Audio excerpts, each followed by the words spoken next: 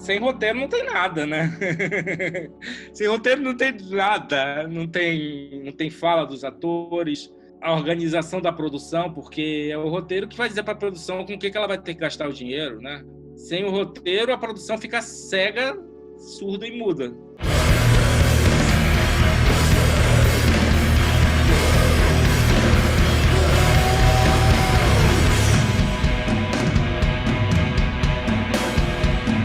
O roteiro é tudo.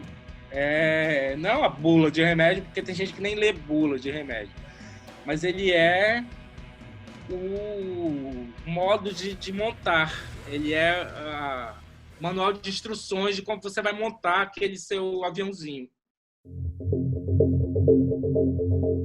Olha, desde que eu adentrei o Cinema Guarani, que ficava ali na Avenida Floriano Peixoto, para assistir os Aristogatas do Walt Disney, com 4 aninhos, eu acho, 5, por aí. Mas depois eu também tive um outro momento de fascínio, que foi quando eu assisti Christine, o Carro Assassino, do John Carpenter. Também eu fiquei completamente fascinado e movido por aquilo tudo. Eu precisava fazer alguma coisa parecida, né? Aí depois também fui participar como figurante do Fitzcarraldo, com 13 anos de idade. E aí eu vi a coisa como era por trás da câmera, pela frente da câmera, por trás da câmera. Quer dizer, um longa-metragem de um diretor como Herzog aqui na minha frente, né? No meu nariz. Eu morava ali no Largo, a casa do meu pai era ali no Largo. E a gente só fez atravessar a rua e entrou no Teatro Amazonas e estava aquele set de filmagem montado para esse filme do Herzog, que inclusive ganhou a melhor direção no Festival de Cannes, né? Então, aquele mundo ali era meu mundo. Eu queria fazer aquilo mesmo. Criança ainda, 10 anos, eu escrevia livros, eu escrevia contos nos cadernos, assim, cada caderno era um livro. Para mim, escrever era um ato muito natural e muito criativo.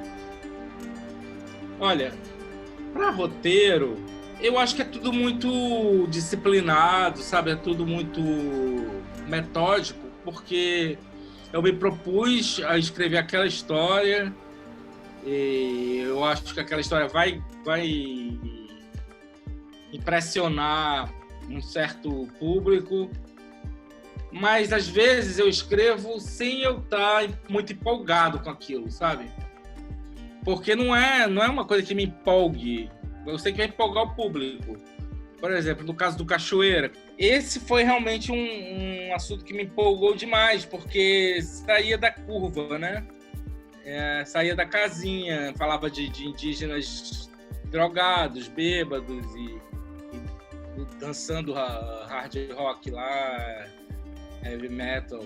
Então, isso daí me agradava fazer. Mas, geralmente, quando eu escrevo para cumprir um edital, porque eu sei que ali eu não vou poder escrever uma história proscrita, mas, assim, quando eu sei que há muitos que eu tenho que entrar num molde, eu não escrevo com tanto prazer, mas eu procuro ser o máximo criativo que eu puder e desconcertante, né?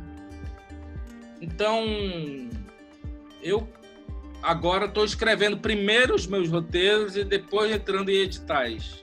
Porque antes os editais influenciavam muito em eu aprimorar aquele roteiro, né?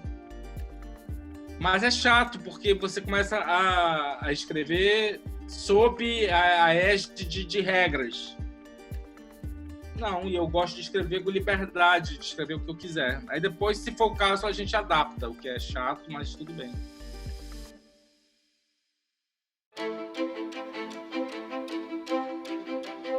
O cinema começa como uma atividade muito solitária, talvez, porque eu tenho que criar o roteiro, mas ele acaba virando uma atividade extremamente coletiva e altruísta, porque eu vejo um monte de gente se metendo naquele roteiro que eu escrevi.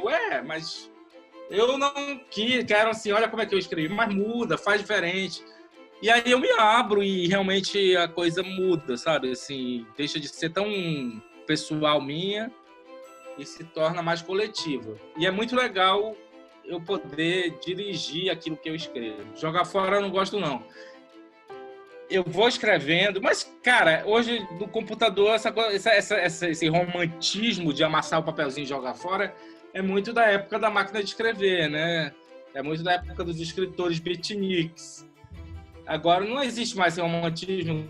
Com o computador você apaga, reescreve, aproveita o que você pode. Mas eu não gosto de pegar e escrever um negócio, não ficou bom, eu vou para outro. Não. Se aquele tá ruim, eu tento ao máximo transformar em coisa boa. Eu acho que qualquer parágrafo que você escreve já é ultra importante e não dá para desperdiçar palavras hoje em dia, entendeu? A gente muda. Ninguém falava nada sobre a Amazônia como ela é. Só falavam a visão da Amazônia pelos outros, né?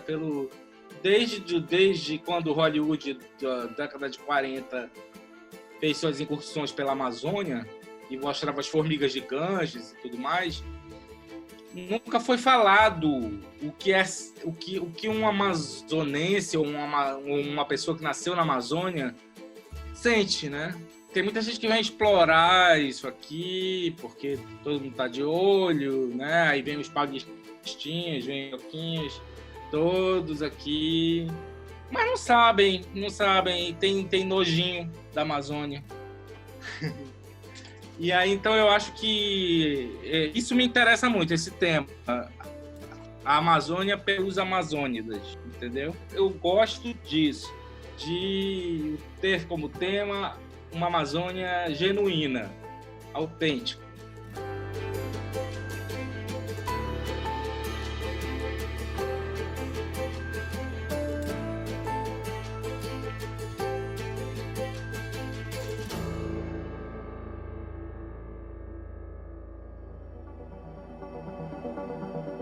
Aí que eu te digo que o bom para mim realmente é que eu sou diretor dos meus roteiros, né, até hoje. E isso me ajudou muito, porque eu acho que os personagens eles são muito fraquinhos ainda quando estão ali no roteiro. E a visão do diretor é muito importante para isso, e ainda mais se o diretor foi o roteirista. Aí eu tenho a chance de dar mais sopinha para aquele personagem, de dar mais vitamina para ele, entendeu? Mas eu não fico satisfeito, não. Se o personagem é um puta cara com... Por exemplo, agora eu estou escrevendo que é um personagem, ele é preto.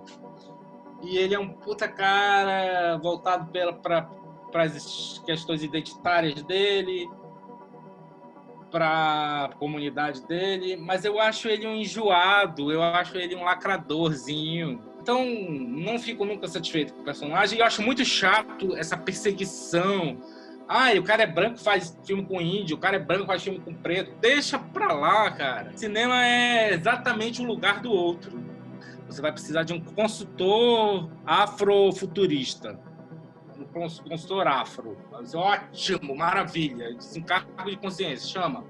Aí o consultor chega comigo e diz assim: quem mandou o senhor branco querer se meter com coisa de preto? Aí, então tá, dá lambada aí, vai. Não tem que dá aqui pra eu dirigir esse filme. Me dá que eu dirijo, porque eu sou preta, eu dirijo.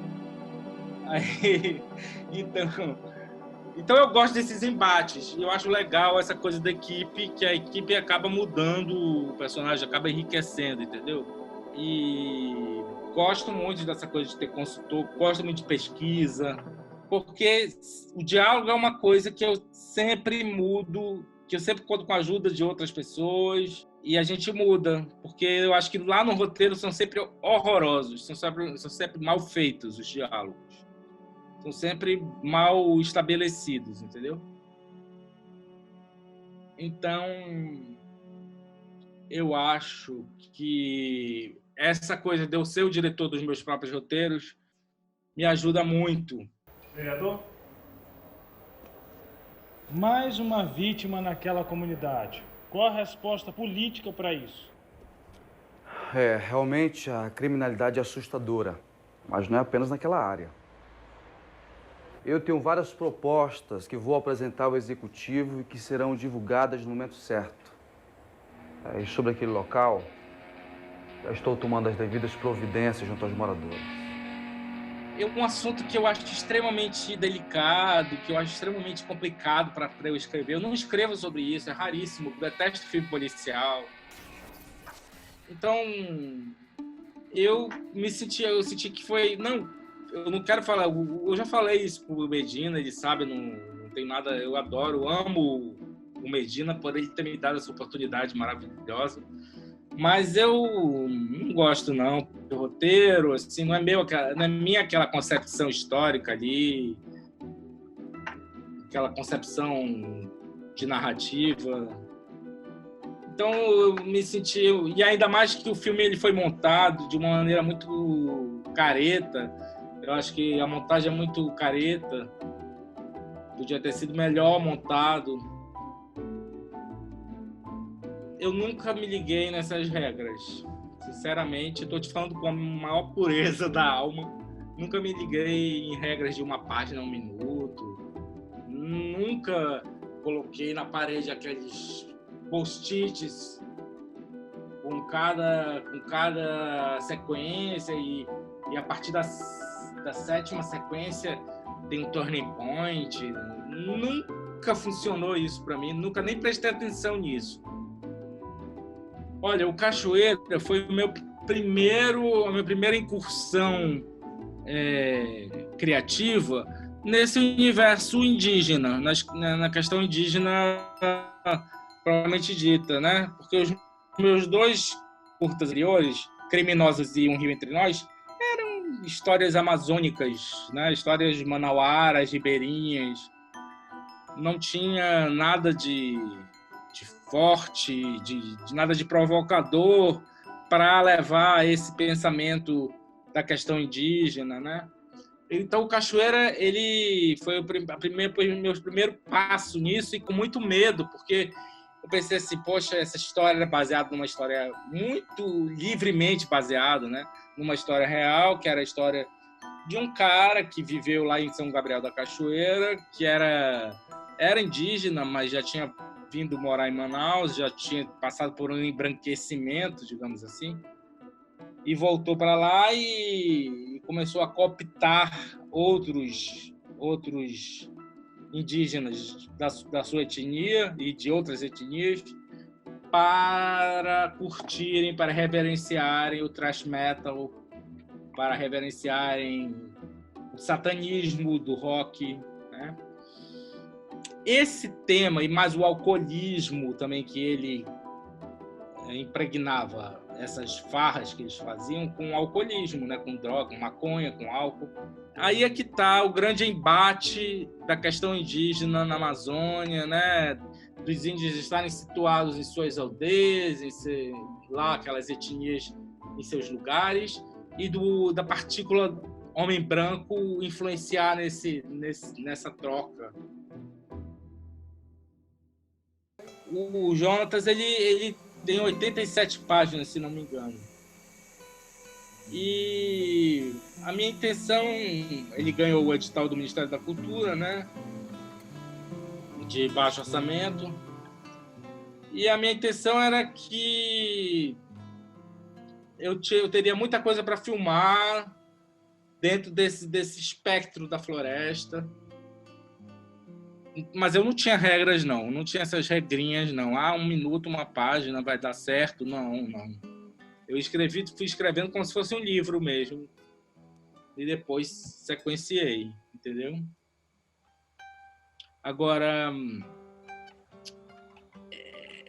mais uma vez, essa coisa de deixar a câmera dentro da floresta, é porque eu também fui o diretor de um roteiro, né? Eu fui roteirista e diretor. Então eu tinha como ampliar certas liberdades poéticas.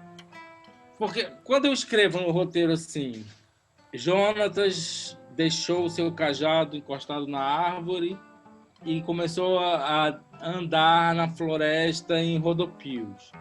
Essa cena é uma frase, mas ela demora muito, porque esse andar na floresta em rodopios é uma viagem poética, sabe?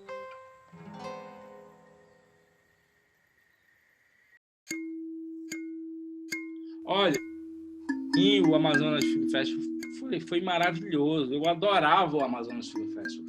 Não é porque eu trabalhei na SEC e estava ali por trás dele também, não. Isso foi só no início. Depois eu não trabalhava mais na SEC e eu virei um reles cineasta. Mas eu adorava o Amazonas Film Festival pela oportunidade que ele nos dá, pela experiência que ele nos dava, exatamente. Para nós aqui de Manaus, aqui do Amazonas, incipiente, né? Eu acho que foi uma oportunidade incrível que a gente tinha. Ficávamos hospedados no mesmo hotel que as celebridades, que os grandes diretores, que os grandes atores. E, então, eu acho que foi uma experiência fantástica o Amazonas Film Festival. Eu tenho saudades daquele tempo, né? E eu ganhei prêmios com o Cachoeira e com a Floresta de Jonatas. O PG ganhou o melhor ator, né? O que me deixou muito feliz de, inclusive, ver o meu primeiro longa ser exibido no Teatro Amazonas em meio àquele festival tão portentoso, tão, enfim, glorioso, né? Que foi o Amazonas Film Festival. Eu acho uma pena não existir mais o Amazonas Film Festival. Sinceramente, era um catalisador da cinematografia amazônica, era um motivo de encontro, trazia o pessoal chato lá do Sudeste para cá e levava a gente para lá também, porque havia sempre um intercâmbio. O governo do Estado, da Secretaria de Cultura, ainda vibrante, ia acontecendo, se não para os internacionais, ou apenas aqui para os brasileiros, ou então para os latino-americanos.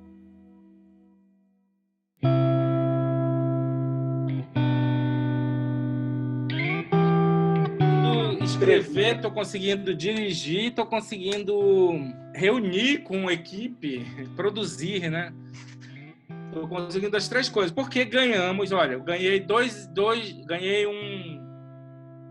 eu ganhei um projeto na Manaus Cult que se chama Cercanias, e mais o roteiro mesmo, só o roteiro, de um média-metragem que já é quase um longa, na verdade, acho que dá até para virar longa, que eu escrevi. Eu entreguei as duas coisas para Manaus Cult.